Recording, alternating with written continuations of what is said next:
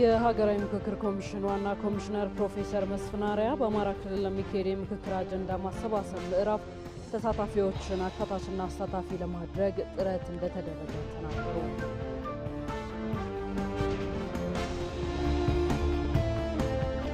የትምህርት ሚኒስቴር በትምህርት ስርዓቱ ሂደት የተስተዋሉ ተግዳሮቶችን ለመፍታት የጀመረውን ስራ አጠናክሮ ሊቀጥል እንደሚገባ በሕዝብ ተወካዮች ምክር ቤት የሰው ሀብት ልማት ስራ ስምሪትና ቴክኖሎጂ ጉዳዮች ቋሚ ኮሚቴ አሳሰበ።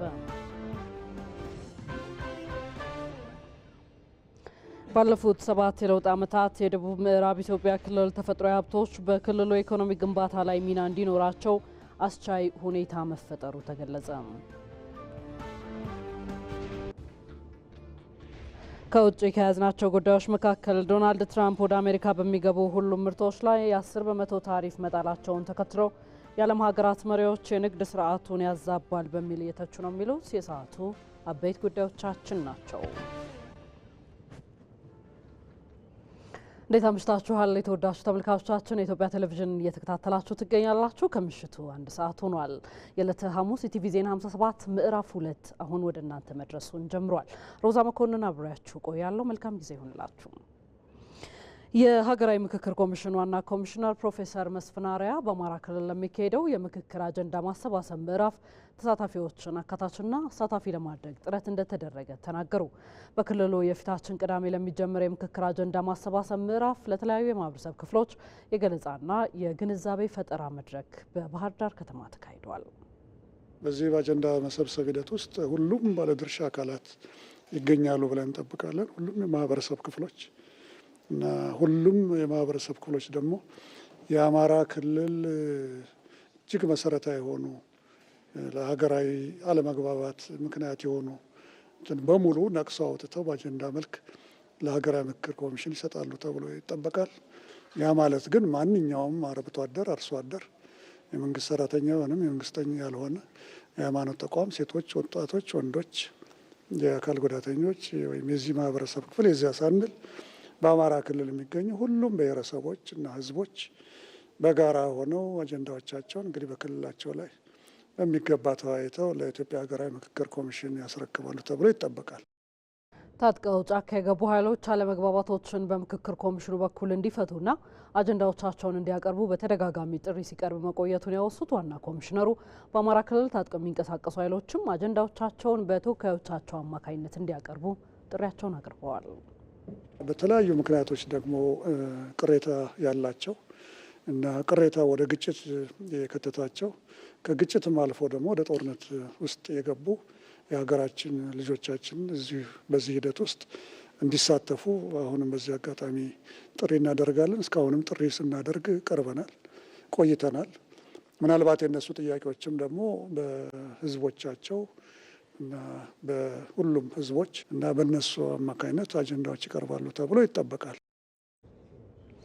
ኢቢሲ ወደ ይዘት ብሎ በጀመረው የለውጥ ስራ ወደ ብዙሃን እየደረሰ መሆኑን በሕዝብ ተወካዮች ምክር ቤት የዲሞክራሲ ጉዳዮች ቋሚ ኮሚቴ አባላት ተናገሩ። ተቋሙ በአጀንዳ ቀረጻ ስራው የተሻለ ሀገር ለመገንባት የሚደረገውን ጥረት እየደገፈ መሆኑንም ነው የገለጹት። የቋሚ ኮሚቴው አባላት በኢቢሲ ወላይታ ሶዶ ስቱዲዮን የስራ እንቅስቃሴ ተመልክተዋል። ተመስገን ተስፋዬ በሕዝብ ተወካዮች ምክር ቤት የዴሞክራሲ ጉዳዮች ቋሚ ኮሚቴ ድጋፍና ክትትል ከሚያደርግባቸው ተቋማት መካከል የኢትዮጵያ ብሮድካስቲንግ ኮርፖሬሽን ይጠቀሳል። በዚህም መሰረት የቋሚ ኮሚቴው አባላት በኢቢሲ የወላይታ ሶዶ ስቱዲዮ የስራ እንቅስቃሴ በአካል ደርሰው ተመልክተዋል። አሁን ባለው ነባራዊ ሁኔታ ኢቢሲ ወደ ይዘት ብሎ የጀመረው የተጨማሪ የይዘት ምንጭ ስራ ወደ ብዙሃን መድረስ እንዳስቻለው በዚህን ወቅት ተናግረዋል። ይዘቱ ምንድን ነው የሚመስለው? ማህበረሰቡ ተመልካችና እንትን ማለት ትቶ ከዛ በላይ ደግሞ ተናጋሪ ሆኖ የሁሉም ድምጽ እንዲሰማ ከማድረግ ላይ ምንድነው የተሰራ ያለው? ታዋቂ ሰዎች ተሞክሯቸው እንዲወሰድ በተለይ አሁን በአብነት ያነሱት ነገር አለ። እኔም በሚዲያ ላይ አይቼዋለሁ። በጣም ሲቀባበል የነበረ ነው። አንድ የጤና ባለሙያ በግሉ እያደረገው ያለው ነገር እንደዚህ አይነት በጎ ተግባር የሚሰሩ ሰዎች እንዲታወቁ በማድረግ በኩል እያደረጉት ያለው እንቅስቃሴ በጣም ይበል የሚያሰኝ ነው። የኢትዮጵያ ብሮድካስቲንግ ኮርፖሬሽን ለተሻለ ሀገር ግንባታ የራሱን አስተዋጽኦ እያበረከተ መሆኑን የገለጹት የቋሚ ኮሚቴው አባላት በተለይም በአጀንዳ ቀረጻ የሚሰሩ የትንታኔ ዘገባዎችን አድንቀዋል። የተለያዩ ምሁራን በወቅታዊ ሀገራዊ ጉዳይ ላይ ስቱዲዮ ጠርተው መጋበዝ ማብራሪያ እንዲሰጡ የሚያደርጉት ነገር በጣም መሰረታዊ ጉዳይ ነው። የተለያዩ የተቋማት ኃላፊዎችን በተነሱት ሀሳቦች ህብረተሰቡ በሚያነሱት ሀሳብ ማብራሪያ የሚሰጡበትና ህብረተሰቡ ትክክለኛ መረጃ እንዲይዝ የሚያደርጉበት መንገድ በጣም ጥሩ ስራ ነው። ተጠናክሮ መቀጠል አለበት። ማህበረሰቡ የሚያደርጋቸው በራሱ ቋንቋ በራሱ ስነ ልቦና በዚህ በተቃኘ ሁኔታ የሚሰሩ ይዘቶች ሁሉ ያለውን የራሱን አስተዋጽኦ በሚገባ ለመወጣት የሚያስችል ማዕቀፍ ይፈጥርለታል ይሄ ስቱዲዮ ብለን ነው የምናስበው። ተጨማሪ የይዘት ምንጮችና ሌሎች አማራጮች በቀጣይ ጊዜያቶች ከዲሞክራሲ ተቋማት ጋር ያላቸውን ትስስር ማጠናከር እንዳለባቸው የቋሚ ኮሚቴው አባላት አሳስበዋል።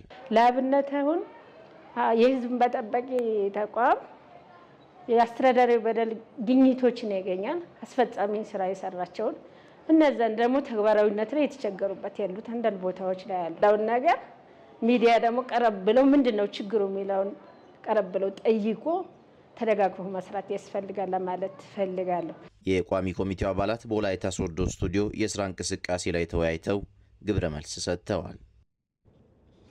የትምህርት ሚኒስቴር በትምህርት ስርዓት ሂደቱ የተስተዋሉ ተግዳሮቶችን ለመፍታት የጀመረውን ስራ አጠናክሮ ሊቀጥል እንደሚገባ በሕዝብ ተወካዮች ምክር ቤት የሰው ሀብት ልማት ስራ ስምሪትና ቴክኖሎጂ ጉዳዮች ቋሚ ኮሚቴ አሳሰበ። ቋሚ ኮሚቴው ሚኒስቴር መስሪያ ቤቱ በ12ኛ ክፍል ሀገር አቀፍ ፈተና የተማሪዎች ውጤት ዝቅተኛ የሆነበትን መንስኤ አስመልክቶ በቀረበ ጥናት ላይ ውይይት አካሂዷል። ይነቃቸው ሰማውን የተከታተለው በቀለ ተመስገን ያቀርበዋል። የትምህርት ሚኒስቴር ባለፉት 3 ዓመታት ውስጥ በ12ኛ ክፍል ሀገር አቀፍ ፈተና ተማሪዎች ባስመዘገቡ ዝቅተኛ ውጤትና ሌሎችም ያጋጠሙ ተግዳሮቶችን የዳሰሰ ጥናት በሕዝብ ተወካዮች ምክር ቤት የሰው ሀብት ልማት ስራ ስምሪትና ቴክኖሎጂ ጉዳዮች ቋሚ ኮሚቴ ቀርቦ ውይይት ተደርጎበታል። በዋናነትም የመምህራን ብቃትና ቁርጠኝነት ማነስ፣ የትምህርት ግብዓት ተደራሽ ውስንነትና ሌሎችም ምክንያቶች በጥናቱ ተመላክቷል። በቀረበው ጥናት ላይም ምላሽና ማብራሪያ ያስፈልጋቸዋል የተባሉ ጥያቄዎች በቋሚ ኮሚቴው አባላት ቀርበዋል። ቢያንስ አነስተኛ ደሞዝ ከፍለን ነው እንዲያስተምርልን የምንቀጥረው ይሄ መምህር ማለት ነው። አስፈላጊ የሆኑ ምንድነው እነሱን ኢኒሼቲቭ ሊያደርግ የሚችል ጥቅሞች መዘርጋት አለበት ብዬ አስባለሁ። አንዱ መሰረታዊ ክፍተቱ ከግብዓት ጋር በተያያዘ ያለ ችግር እንደሆነ አሁንም ያው ነው የመጣው ከመምህራን ብቃት ጋር በተያያዘ መንገድ እሱም አሁን በተመሳሳይ የመሰረተ ልማት ችግሮች ተብለው የመጡትም በተመሳሳይ እንዲህ የመመሳሰል ነገር አለ። ከዚህ በፊት ከሚታወቁት ለየት ያለ ነገር ይዞ ከመቅረብ አንጻር የሚጎል ነገር ያለ መስሎ እየታየ ስለሆነ እንዲያው እንዴት ነው የታየው? የትምህርት ሚኒስትሩ ፕሮፌሰር ብርሃኑ ነጋ በበኩላቸው የመምህራንን ችግር በዘላቂነት ሊፈቱ ያስችላል የተባሉ የማትጊያ ስራዎች እየተሰሩ መሆኑን ተናግረዋል። መሰረታዊ የሆነ የሞራል ግዴታቸውን በፍጹም ችላ ያሉ በጣም ብዙ መምህራን ነበሩ። ምንም እንኳን በዛም ከባድ ጊዜ ቢሆን ሙያቸውን አክብረው የሰሩ ብዙ መምህራን የነበሩ ቢሆንም በእርግጠኛነት ግን መንገር የምንችለው የኢትዮጵያ ሕዝብ እንደ የኢትዮጵያ ወጣቶች ከአሁን በኋላ በትምህርት ሊቀልዱ አይችሉም። እንደ ህብረተሰብ የትም ልንሄድ አንችልም። በትምህርት ቀልደን የመምህራንን የኑሮ ሁኔታ ማሻሻል ትምህርትን ለማሻሻል በጣም ኢምፖርታንት ነው። በዚህ ላይ ምንም እንትን የለንም። ያለው ጥያቄ ከሀገሪቱ የኢኮኖሚ አቅም ጋር ይሄዳል ወይ? ዩኒቨርሲቲዎች ጋር በጋራ ሆነን የመምህራን ባንክ እንጀምር ብለን የመምህራን ባንክ ለማቋቋም እንቅስቃሴ የጀመርነው ተስፋ አደርጋለሁ እስከሚቀጥለው ዓመት ይደርሳል። ቋሚ ኮሚቴውም ጥናቱን መሰረት ያደረጉ የመፍትሄ ስራዎች በትኩረት ሊሰሩ ይገባል ሲል አሳስቧል።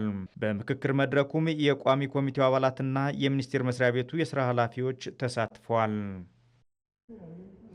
መንግስት በሁሉም መስክ የጀመረውን ልማት አጠናክሮ ሊቀጥል እንደሚገባ የማዕከላዊ ኢትዮጵያ ክልል ነዋሪዎች ገለጹ። የ7 ዓመቱን የለውጥ ጉዞ ለመደገፍ በሆሳዕና ከተማ ህዝባዊ የድጋፍ ሰልፍ ተካሂዷል። ዮሐንስ ፍሳኔ ያዘጋጀው ሳምሶን በላይ ያቀርበዋል።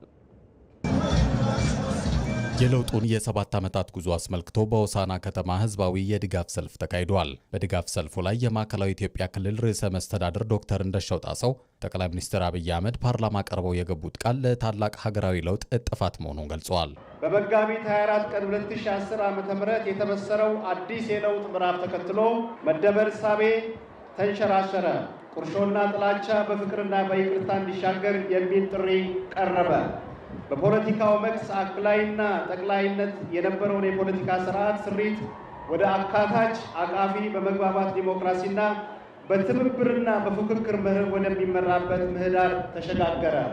ርዕሰ መስተዳድሩ አክለውም አጋርና ግንባር በሚል ፍረጃ ተገልለው የነበሩ ክልሎች አሁን ላይ በሀገር ጉዳይ ላይ እንዲሳተፉ እድል መፈጠሩንም ገልጸዋል። አጋርና ግንባር በሚል ፍረጃ ተገልለው የነበሩ ክልሎች ተጥሎባቸው የነበረውን ያልተገባ ገደብ ተወግዶ ከሌሎች ኢትዮጵያውያን ጋር በመሆን በሀገራቸውና በሕዝባቸው ጉዳይ በፍትሐዊነት የሚሳተፉበት የሚወስኑበት እድል ክፍት ሆነ። በዕለቱ የተገኙ ተሳታፊዎች የኮሪደር ልማትን ጨምሮ ሌሎች በመላ ሀገሪቱ እየተከናወኑ ያሉ የልማት ስራዎች የለውጡ መንግስት ምን ያህል ህዝቡን ማዕከል ያደረገ ስራ እንደሚሰራ ማሳያ ነው ብለዋል።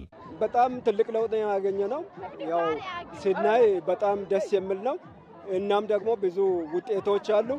በተግባርም ያየንበት ስለሆነ በጣም እጅግ በጣም ነው ደስ ያለ። ከድሮ በኮሪደር ልማት በምን በብዙ ነገር ተግባራዊ ስራ እያየን ነው አለ ነው። ይህን ነገር ከዛሬ እስከ መጋቢት 24 ድረስ ያለ ብዙ ልውጦች አለ። ልውጦችን ደግሞ በአይን እያየን አለ ነው። ተግባራዊ ልውጥ ነው። ብልጽግና የተናገረ እያወራ እየተደረገ ያውነበት ዘመን ላይ ነው አለ ነው። አሁን ባለንበት ቦታና አካባቢ የበልግም ሆነ የክረምት እርሻ በማረስ አሁን በበጋ ላይ ድንችን፣ ቦሎቄን፣ በቆሎን፣ ማሽላን የመሳሰሉትን በቆላማና በደጋማ አካባቢዎች እያመረትን እንገኛለን። ሰላም አገኝተናል። መውጣታችን መግባታችን ሰላም አለ። ለውጥ እናገኛለን። አሁንም ጨምሮ ልማት እንፈልጋለን። ልማት ይሰራ፣ ሰላም ይኑር፣ እንደግፋለን እንላለን። በቀጣይ መንግስት ሰላምን ማስፈንና ሌሎች ጅምር የልማት ስራዎችን ከግብ ማድረስ እንደሚጠበቅበትም ነው በድጋፍ ሰልፉ ላይ የተገኙት ዜጎች የተናገሩት። ባለፉት 7 የለውጥ ዓመታት የደቡብ ምዕራብ ኢትዮጵያ ክልል ተፈጥሯዊ ሀብቶች በክልሉ ኢኮኖሚ ግንባታ ላይ ሚና እንዲኖራቸው አስቻይ ሁኔታ መፈጠሩ ተገለጸ። በክልሉ የተገኘውን ሰላም ዘላቂ ለማድረግ የተጀመረው የተቀናጀ ጥረት ተጠናክሮ እንደሚቀጥልም ተመላክቷል። ሰለሞን ባረና የመጋቢት 24 ፍሬዎች የሚዘከሩበት ትናንት ዛሬና ነገን ለኢትዮጵያ ልዕልና በሚል መሪ ቃል የፓናል ውይይት በደቡብ ምዕራብ ኢትዮጵያ ክልል ቦንጋ ከተማ ተካሂዷል። በመድረኩ ላይ የክልሉ መንግስት ዋና ተጠሪና የብልጽግና ፓርቲ ቅርንጫፍ ጽህፈት ቤት ኃላፊ አቶ ፍቅሬ አማን እንደገለጹት ከለውጡ በፊት ዝቅተኛ የነበረውን የቴክኖሎጂ አጠቃቀምን በማሻሻል የክልሉን ምርታማነት ለማጎልበት መቻሉን ጠቅሰዋል። ክልላችን ከተመሰረተበት ጊዜ አንስቶ በክልሉ ተከማችተው የቆዩ የልማት፣ የሰላም፣ የመልካም አስተዳደር ችግሮችን በመቅረፍ ከተደራጀ አጭር ጊዜ ቢሆንም በመደመር እሳቤ ክልሉ ያለውን ጸጋ በመጠቀም ባለፉት 4 ዓመታት አበረታች ውጤት የተመዘገበበት ነው። በኢኮኖሚ ዘርፍም የግብርና ምርትና ምርታማነትን ለመጨመር ከዚህ ቀደም ከነበረው በተለየ መልኩ የበጋ መስኖ ስራዎችን በማከናወን በዓመት የምርት ጊዜን ወደ 3 በማሳደግ የምርታማነት ቴክኖሎጂ አጠቃቀም ረገድ የነበረውን የአስተሳሰብ ተግዳሮቶችን በትግል በመቀየር የላቀ የግብርና ውጤት እየተመዘገበ ይገኛል። በክልሉ የሚገኙ የቱሪዝም ሀብቶች በገበታ ለሀገርና በገበታ ለትውልድ ኢኒሼቲቮች ለምተው ለክልላዊና ሀገራዊ የኢኮኖሚ እድገት ፋይዳቸው የጎላ እንዲሆን ተደርጓል። በክልሉ የተገኘውን ሰላም ዘላቂ ለማድረግ ክልሉ ከሚያዋስናቸው አካባቢዎች ጋር የተጀመረው ጥረት ተጠናክሮ ይቀጥላልን ብለዋል። የክልሉ ሰላምና ደህንነት በአስተማማኝ ሁኔታ ለማረጋገጥ በተሰሩ ስራዎች ባለፉት ዓመታት በክልሉ አስተማማኝ ሰላም ማረጋገጥ የተሻለ ሲሆን የተገኘውን ሰላም በቀጣይነት ለማጽናት በክልል ውስጥና ከአጎራባች ክልሎች ጋር የተጠናከረ የቅንጅት ስራ ተጠናክሮ ይቀጥላል። የክልሉ ምክትል ርዕሰ መስተዳድርና የግብርና ቢሮ ኃላፊ አቶ ማስረሻ በላቸው በበኩላቸው በክልሉ የሚመረቱ ምርቶች እንደ ሀገር ለውጭ ምንዛሪ ግኝት ሚናቸው እየጎለበተ የመጣው ባለፉት የለውጥ ዓመታት መሆኑን አብራርተዋል።